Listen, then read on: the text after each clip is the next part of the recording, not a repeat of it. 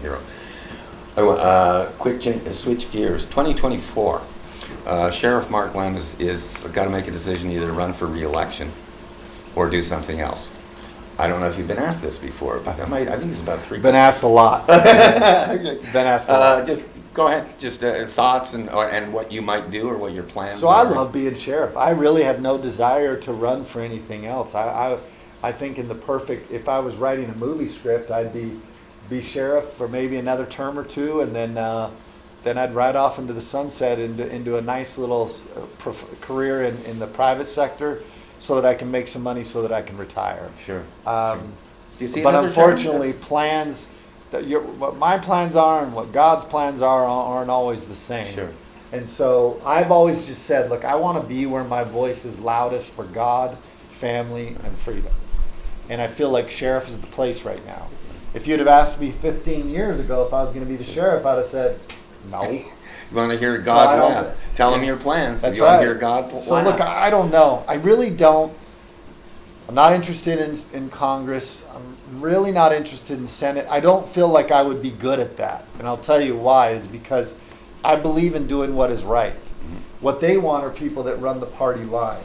And for example, if you brought a bill that was 80% good but had 20% of pork, I'd be like, I can't vote for it. Right. Then they would be mad at me because I didn't vote with all the other Republicans, or vice versa. And so I just don't know that I'd be the right person for that.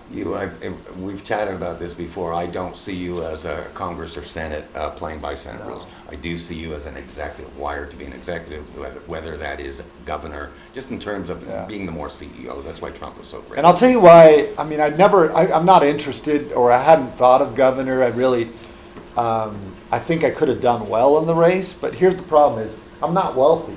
I live basically paycheck to paycheck.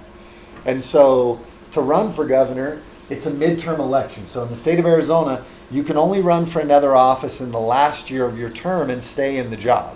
Okay. So I could run for something in 2024 and stay in my job, but the whole year run for something else. Right. I can't do that on a midterm election. Yeah. So I would have had to have quit my job. And how do I support myself for a year and a half? You can raise money for running the campaign. You cannot use that money to run your household.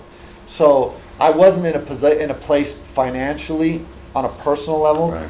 And I've done things like, I'm a believer, like, you can't catch water unless you put a bowl outside.